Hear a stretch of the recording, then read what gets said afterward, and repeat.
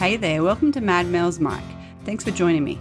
My name is Melissa and this is a podcast all about me, about my life with PTSD, about my life with a husband and kids and friends and everything in between. Thanks for tuning in. Hey everybody, and welcome to episode 25. It's a lot, isn't it? 25 episodes. How exciting. It's been actually a couple of weeks since I've recorded, but there's been a bit going on, so let's get this episode started.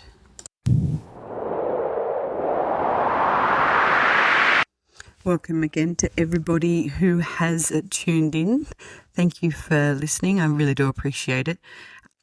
So it's been, I know I recorded the episode for last week with Cliff, but it's been about 2 weeks since I've given you an update about what's going on with me. I'm still home, which is exciting.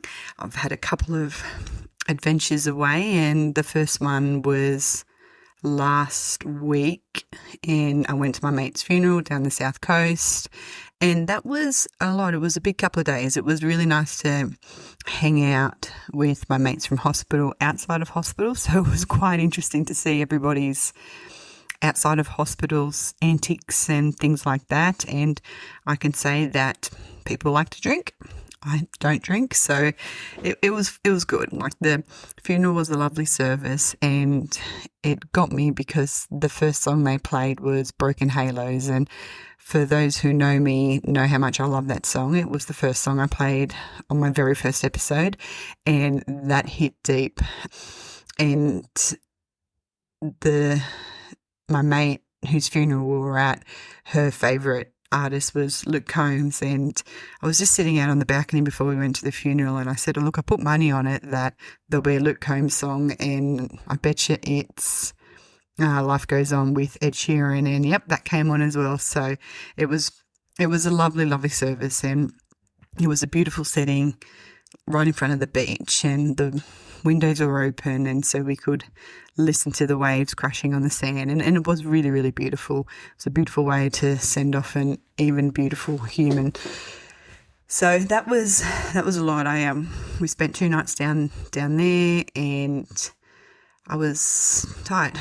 It was a big, emotionally draining and physically exhausting, and I just need to be conscious that the day of the funeral I had only been home from hospital for 2 weeks, and I'm still off medication, so I need to be kind to myself and just take each day as it comes. So let's jump into the song of the week, which is I'll Stand By You by The Pretenders. Have a listen.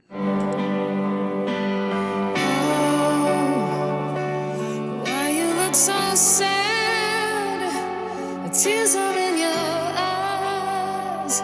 Come on and come to me now. Don't be ashamed to cry. Let me see you through, 'cause I've seen the dark side too.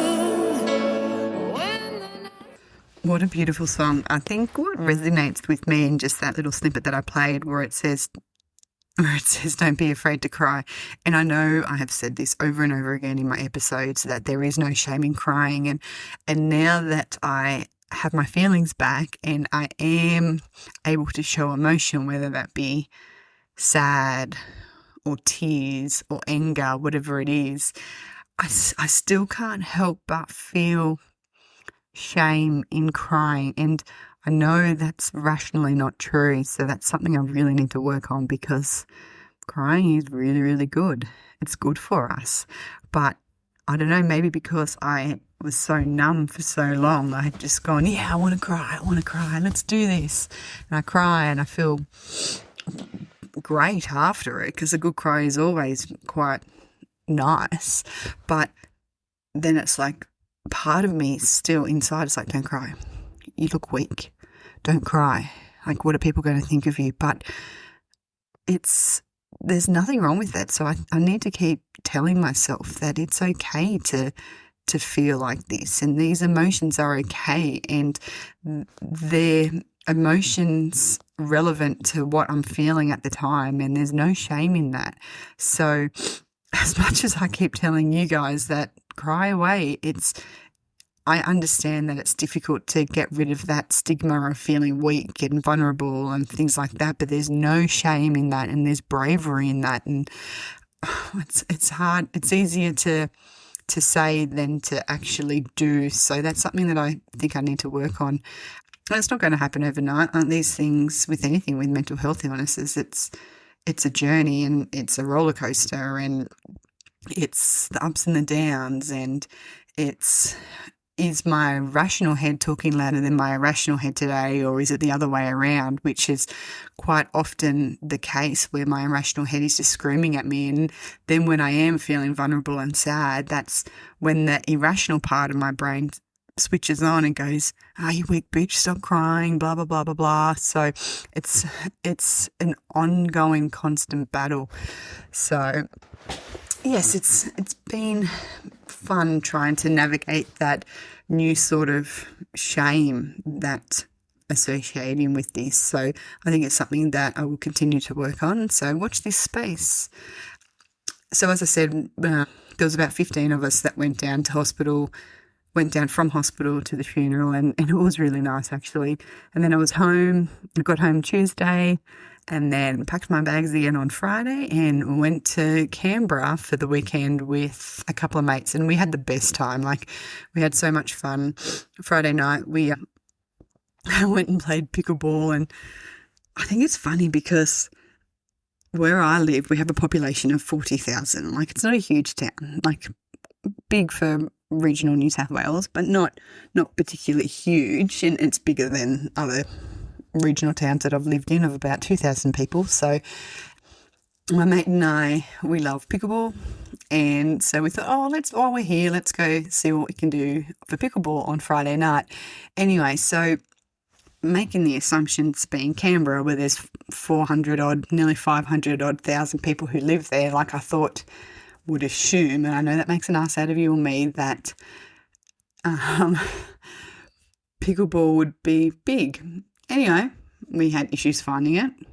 We eventually found it, and there were 4 of us there, and I'm so glad we went. We had a great time, but I just expected more people to be there, and I think I was a little bit disappointed to go, there's only 2 other people, me and my mate. Like, we still played for about an hour and still had a great old time, but I think I was just expecting a little bit more from the Canberrians. So pull your finger out of your ass and get into pickleball. It's great fun. So after we went to pickleball, normally after pickleball, when we play in town, we played at the bowling club, and we play for an hour or so, and then we have dinner, and then we have a little slap on the pokies. And I'm just going to put a disclaimer here. I do not use pokies as an addiction. I don't have an addiction to it, but it is something that I am very mindful of. But we just have a bit of fun every Friday night. We're normally home by 9, in bed by 9:30. Like, it's not a huge night. So we thought we would go to the casino. One of the ladies at pickleball goes, no, don't go to the casino, go to this other club. Anyway, so we rock up to this other club, and we look, I don't know Canberra particularly well, so we parked, and unbeknownst to us, we're probably only 2 blocks from where we were staying. So I could have parked there and then just walked everywhere. But anyway, hindsight's a wonderful thing. So we went to this pub club thing, and it was tiny and it was full. And for those of you who don't know, I follow the football. My whole family support Penrith, and if I didn't support Penrith, I wouldn't be married. And we have supported Penrith even when they were losing. So it's not just you're supporting Penrith because they're winning and they've won the last 4 premierships. No, rain, hail or shine, we are Penrith supporters. Anyway, so we walk into this pub, and I knew Penrith were playing. I didn't know who they were playing. And I walk in, and Penrith are playing Canberra. And it was on the massive screen there, and there were people everywhere watching this game, and there was only 10 minutes left to go of the game, and Penrith were currently up 16-12. I'm going, okay, this is good. And then it turned pear-shaped. Canberra got in, the try got disallowed, and the crowd in the pub's getting louder and louder and louder. And then Canberra get in and score a try, and then it's even at 16 all, and then the next thing, they miss the conversion, and then it's in golden point. And I've never been, like, the atmosphere was amazing, and I was too scared to let anybody know that I'm actually a Penrith supporter because I'm in the ACT, like I'm in their territory. So I just watched it. Anyway, long story short, Penrith ended up losing, and the crowd went berserk, and so it was actually really fun to go and watch that in that atmosphere, even if it was the last 15 minutes of the game, and that included golden points. So you would grab some dinner and then put a couple of bucks in the pokies, and the pokies were shit. So we thought, let's go to the casino. We wanted to, so we jump on a couple of electric scooters and ride down to the casino. And Beck and I are still in our activewear from pickleball, and we walk into this casino. And it's flash, like it's really, really flash. Not particularly huge, certainly nothing on Star City in Sydney, but it was very, very fancy. And we learnt that there were no pokies at the casino, which I just find baffling. Like, how can a licensed premises not have pokies? Anyway, so we quickly walked out of there and jumped back on an electric scooter and rode to another place. And like, we just seemed to went from place to place on these electric scooters, and it was so much fun. Like, we were just having a great old time. So we eventually got home. We didn't have a late night, and we went most places on our electric scooters, which was really fun. In New South Wales, it's not legal to ride electric scooters, which I just think is stupid because they're fun. And if you wear a helmet, they're safe. I didn't wear a helmet. But yeah, it was lots of fun. And then so the next day, it was still only just Beck and I had Matt ended up coming on the Saturday night as well. But so I went and caught up with some mates who I met through camping, so that was lovely. Beck and I wandered through a sex shop, and that was educating, so that was quite fun. Like, Beck and I had no idea. We're useless. Anyway. And then from there we went to Lake Burley Griffith. Is it Griffith or Griffin? Yeah, you know what I'm talking about. And we jumped back on some electric scooters and scooted around the lake. Not the whole way. We sort of got a bit lost. And I know that sounds really silly because it's Canberra and it's not particularly easy to get lost. And when you're scootering around a lake, it's probably even easier. But anyway, so we did about 5Ks, but my back was killing me and my shoulder blades, and I said I can't do it anymore, so we ended up packing that up. But we're actually in Canberra to see Ursula Carlson, the South African New Zealand comedian, and it's amazing. I had big intentions, and I had said to Beck, I'm going to take my podcast business cards and I'm going to find Ursula and I'm going to talk to her about my podcast and go from there. Anyway, so that was my intention. So Matt had turned up by this stage, and we said, look, parking is quite, because we were staying right in the middle of the city, and so we were staying right in the middle of the city, and parking around there is quite crap, and we had parking from where we were staying, which was very helpful. But we ended up scootering over, which was quite funny because I don't know, I made another assumption again that Matt would be able to ride a scooter, but he can't ride a fucking scooter. He's useless. Anyway, so I don't know what he was doing. He just could not ride this scooter, and Beck and I just giggling our tits off like at him. He ended up stacking it at some set of lights and running into a temporary fence, and we're just pissing ourselves laughing. It was so funny. Anyway, so we ended up finding a beautiful Chinese restaurant, and we had Chinese for dinner, and then we get to the show and I've gone, shit, I forgot my business card. It's for my podcast. And then I think Beck or Matt goes, oh, do you want me to go back and get him? I'm going, no, that's fine, Doc, don't worry about it.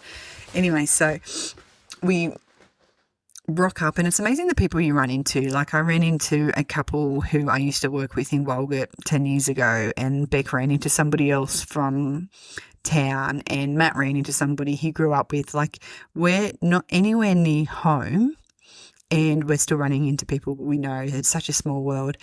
Anyway, so I'm lining up. I needed some water. So I was lining up at the bar and I'm standing there just waiting. Anyway, these 5 or 6 ladies come up behind me, and I don't know how we got chatting. I could tell that they had been drinking. They were very happy, very, very lovely. Anyway, so I'm standing there going, look, you'll be happy to know I'm not going to buy all your alcohol. She goes, what are you talking about? I said, I'm only here for water. Anyway, so they ended up finding that they had free water there. So I got yarning to these ladies and just asked where they were from, and they were from the Snowies. And I said, oh, you should listen to my podcast. They go, oh, what are you, a comedian? I've gone, fuck no. Anyway, so here I am in the line for the bar, sprucing my podcast. Anyway, I'm trying hard to get it out there. So please share, tell everybody. The more that this can get out to, the better. But so go back to my seat, and I'm sitting in between Matt and Beck, and Ursula comes on and starts the show, and literally the first thing she starts talking about is how much she hates podcasts. She doesn't want to waste the time listening to other people ramble on about shit. And I just look at Beck going, thank fuck I didn't bring my business cards. Although I'm probably still going to send this episode to her and go, hey, have a listen. I know you hate podcasts, but here I am. You haven't listened to mine yet. So I might be the reason she actually starts loving podcasts. Hey, that's a good idea, actually. Anyway, it was a great show. And if you get a chance to go and see her, I would. She was up on stage for an hour and 30, hour and 40 minutes. And we just laughed, barely laughed at the entire time. She's crude, she's smutty, she swears, but I don't know, for me, it just sort of, seeing her up there resonated and empowered me about what I want to do about my motivational speaking, or what I am now starting to call it is resilient speaking. So I just went, I can do this, and I can feel myself moving in that direction. So, and even if nothing comes of it, it has been such a good purpose for me, because I have been able to go, okay, let's work on this presentation a little bit today, and instead of just going, oh, well, what am I going to do today? And it's nice to be able to have that power and that purpose to give you a bit of a reason to give you another reason, because I've got lots of reasons to get out of bed, as much as it is hard sometimes, but just that other one that is for me. And I know that when I was going to work, that was for me. And in the last 4 years, I've gotten up because I need to get the kids up and ready for school, or I need to do this or that. And so there wasn't any purpose specifically just for me.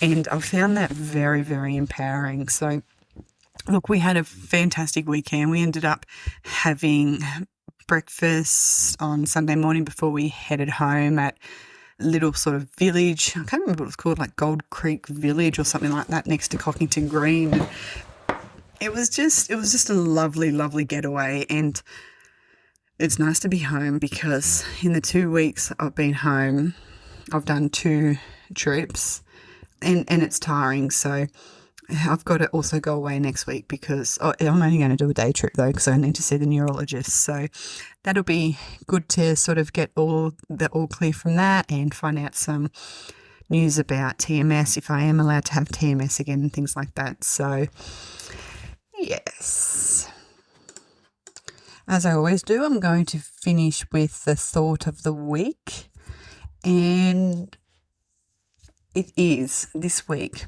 happiness is an inside job. Don't assign anyone else that much power over your life. And that's so true. We give people who don't deserve it the power to make ourselves happy, but we can only bring that happiness to ourselves. So have a good week, everybody, and please be kind to yourself. Catch you next week. Thanks for tuning in to Mad Mel's Mic. I'm Melissa Smith, and I hope you've enjoyed listening. You can find me on Facebook and Instagram, and don't forget to like and follow. Have a great week, and don't forget to be kind to yourself.